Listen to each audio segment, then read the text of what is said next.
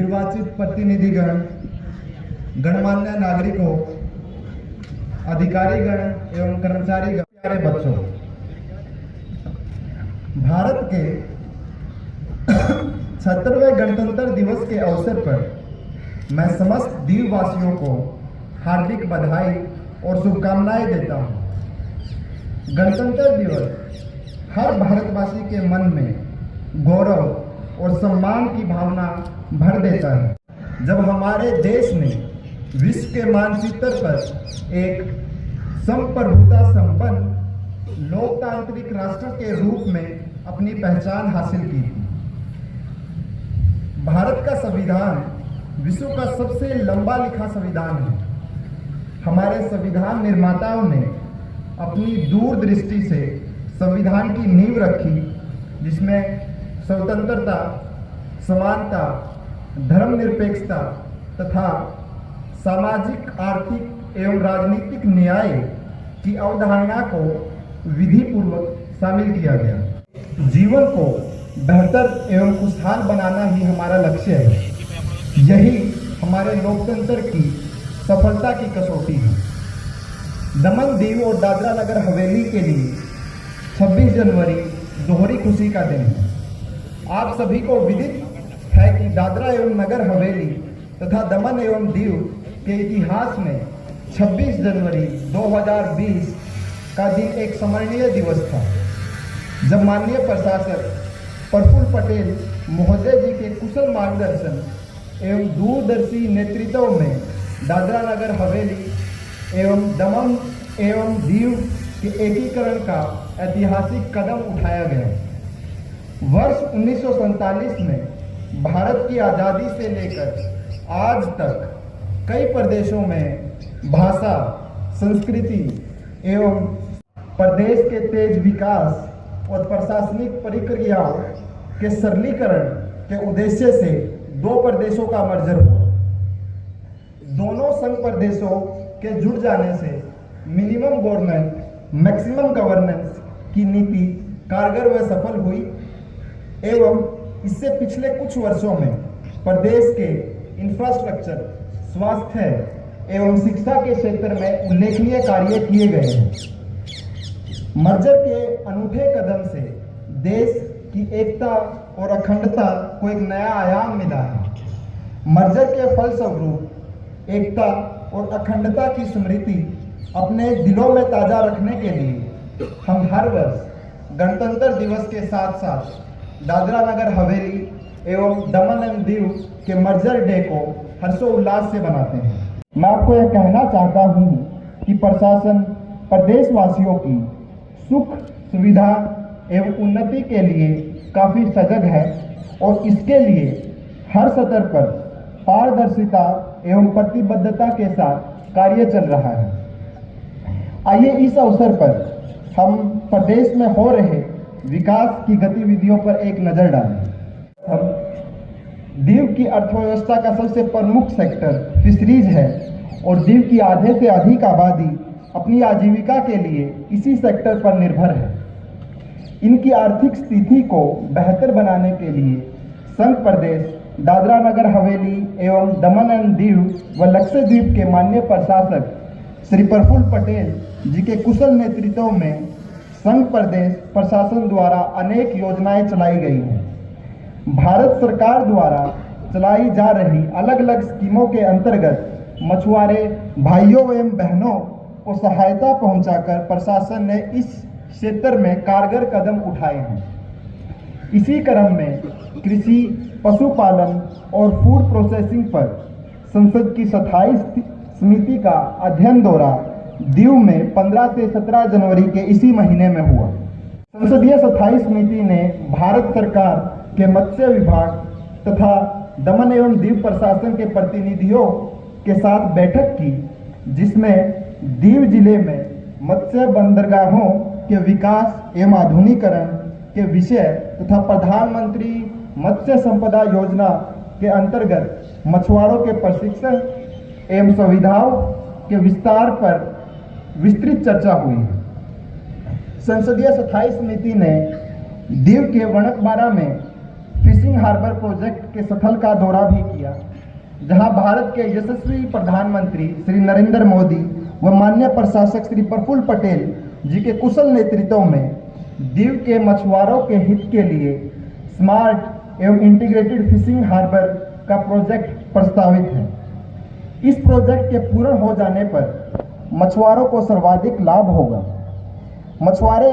मछुआरों भाइयों बहनों द्वारा लंबे समय से दीव की बंदरगाह पर ड्रेजिंग की मांग की जा रही थी, ताकि बोटों को आवाजाही के अंदर नुकसान न पहुंचे एवं स्मार्ट एवं इंटीग्रेटेड फिशिंग हार्बर प्रोजेक्ट के पूर्ण हो जाने पर 2400 घंटे बोटों को निर्बाध आवाजाही संभव हो सके। मुझे आपको यह बताते हुए अपार हर्ष हो रहा है कि ड्रेजिंग चैनल हेतु भारत सरकार से अनुमोदन प्राप्त हो गया है और इसके लिए तकनीकी सहमति भी प्रदान की जा चुकी है। क्लियरेंस के बाद में आप देखोगे कि ड्रेजिंग का प्रोजेक्ट का काम जल्दी ही शुरू होने वाला है। स्मार्ट एवं इंटीग्रेटेड फिशिंग हार्बर प्रोजेक्ट का कार्य पूरा हो जाने पर मछुआरों की सभी समस्याओं का कारगर तरीके से निराकरण हो पाएगा। जो काम अब तक मछुआरे भाई बहन द्वारा मैनुअल तौर पर किया जा रहा था, उसकी जगह अत्याधुनिक सुविधाओं के कारण पकड़ी गई मछलियों का पूर्ण प्रबंधन मैकेनाइज तरीके से किया जाएगा। कंप्यूटर सिस्टम के जरिए पारदर्शी तरीके से ओपन ब्रीडिंग की जाएगी, जिससे मछुआरों को प्रतिस्पर्धात्मक बाजार का लाभ मिलेगा और उनकी द्वारा पकड़ी गई मछलियों को बेहतर कीमतें हासिल होगी।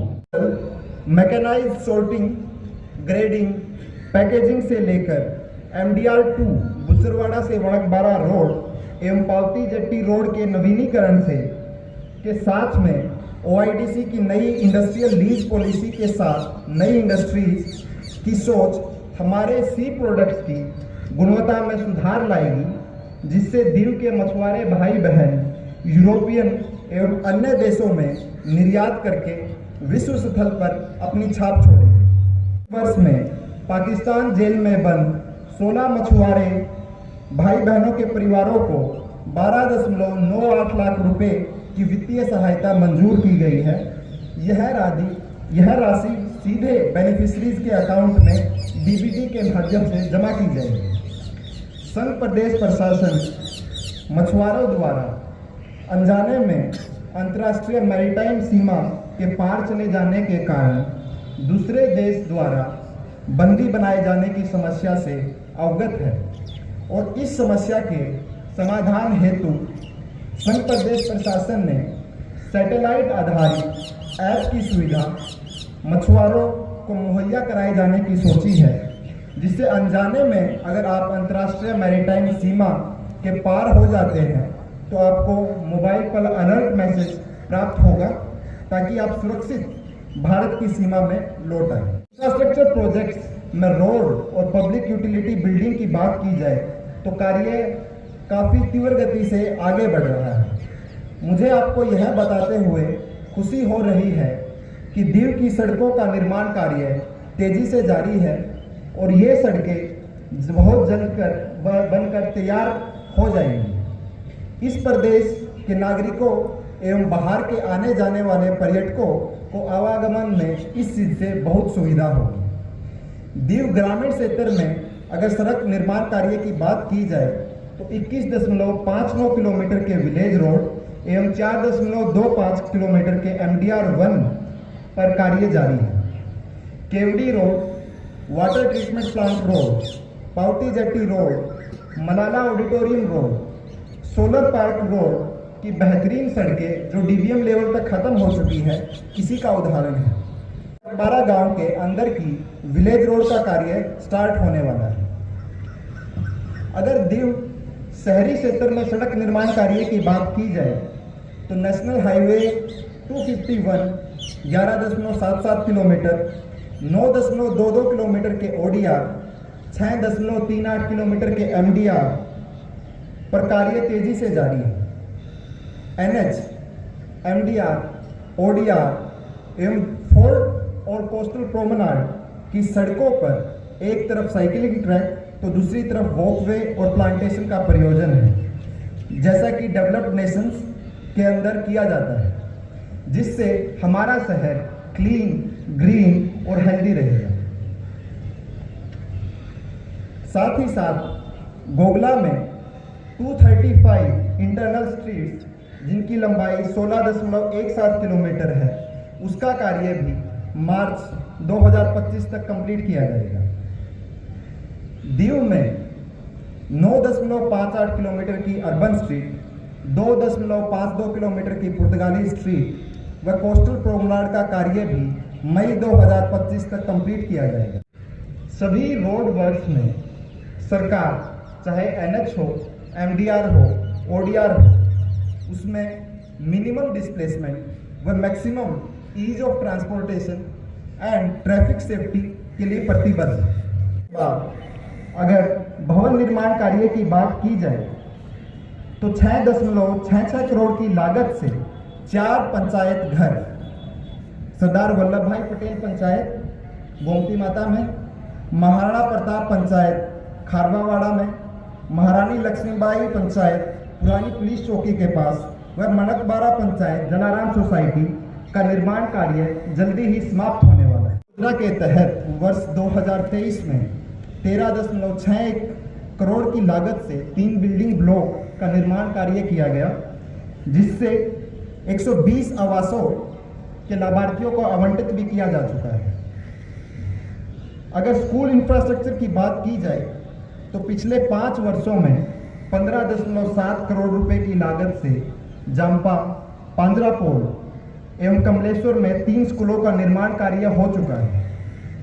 साउदवाड़ी में 2.95 करोड़ रुपए की लागत से 1 स्कूल का निर्माण कार्य किया गया, जबकि वणकबारा में वडली माता और वणकबारा दीव में 101.24 करोड़ रुपए की लागत से 2 स्कूल कार्यों का निर्माण कार्य प्रगति पर है।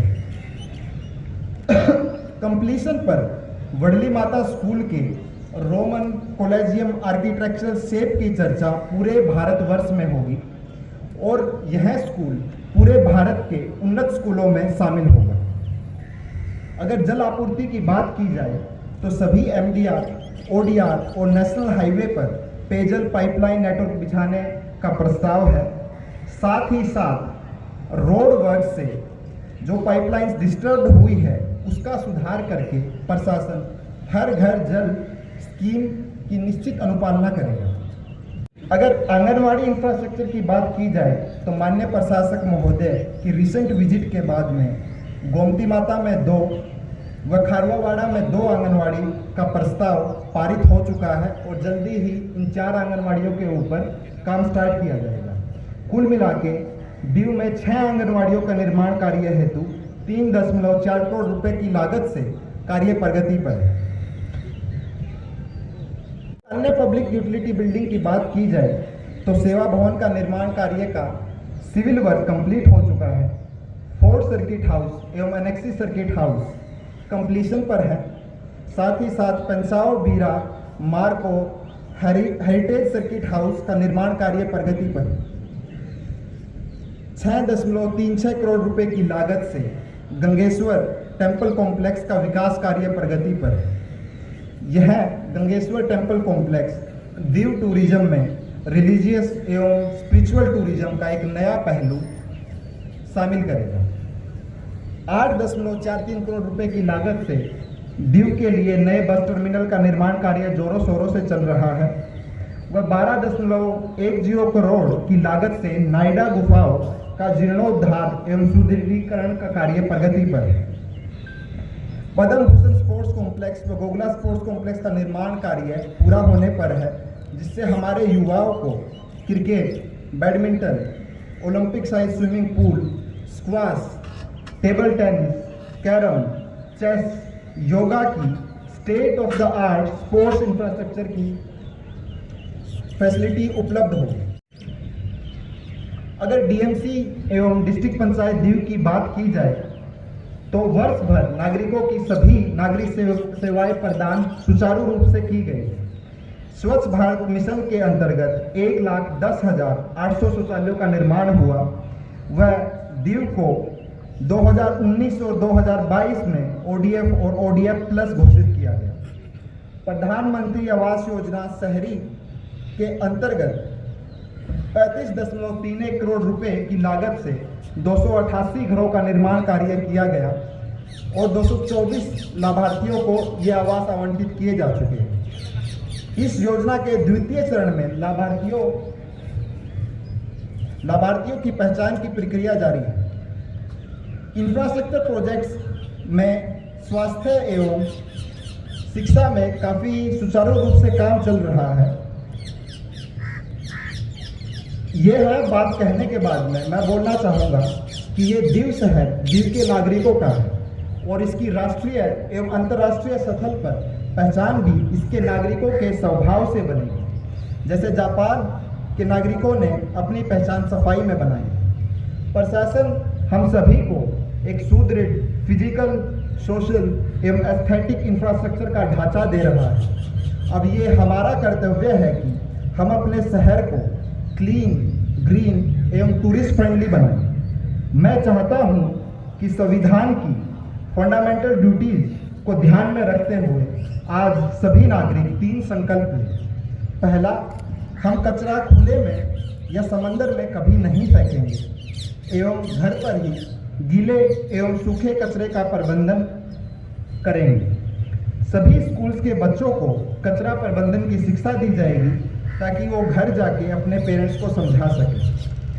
दूसरा, जैसे आपने देखा होगा गोगला की इंटरनल स्ट्रीट्स में अपने घर के आगे लगाए गए प्लांट्स के मेंटेनेंस का कर्तव्य भी अब आपका रहेगा और मैं चाहता हूं कि इस वर्ष में एक नया पेड़ लगाकर दीव को ग्रीन सिटी बनाया जाए। तीसरा, दीव में देश विदेश से आए टूरिस्ट के साथ हम सभी लोग अच्छा व्यवहार करेंगे जिससे वो अच्छी यादें संयोज के यहाँ से जाए एवं हमारे एम्प्लॉयमेंट को बढ़ाने के लिए बार बार यहाँ पे लौट के आए। अंत में दीव के समग्र विकास के लिए प्रशासन कमिटेड है। हम इस दिशा में पूरी डिवोशन और डेडिकेशन से लगे हुए हैं। माननीय प्रशासक श्री प्रफुल्ल पटेल जी के अनुभवी मार्गदर्शन में दीव के विकास के लिए जो भी निर्णय लिए गए हैं उन विकास कार्यों को तेजी से प्रायोरिटी बेसिस पर पूरा कर लिया जाएगा। मुझे खुशी है कि विकास के सभी कार्यों में प्रदेश के पब्लिक रिप्रेजेंटेटिव, डिग्निटरीज व सभी नागरिकों का एक्टिव कोऑपरेशन रहा है। आइए इस पावन अवसर पर हम सब मिलकर यह संकल्प लें कि हम सब अपनी मेहनत, लगन और आपसी सहयोग से इस वर्ष को विकास के शिखर पर ले जाने में अपना संपूर्ण योगदान करेंगे। मैं पुनः गणतंत्र दिवस तथा मर्जर डे के लिए आप सभी को बधाई एवं शुभकामनाएं देता हूं और आपके सुख, समृद्धि और शांति की कामना करता हूं। इसके बाद हम माननीय प्रशासक श्री प्रफुल्ल पटेल जी के वचनों को सुनेंगे और आगे अगले गणतंत्र दिवस तक हमें जो हमारे कर्तव्य हैं साथ साथ में हमारे जो टारगेट्स हैं उनको कैसे कंप्लीट किया जाए उस चीज़ पर ध्यान रखें।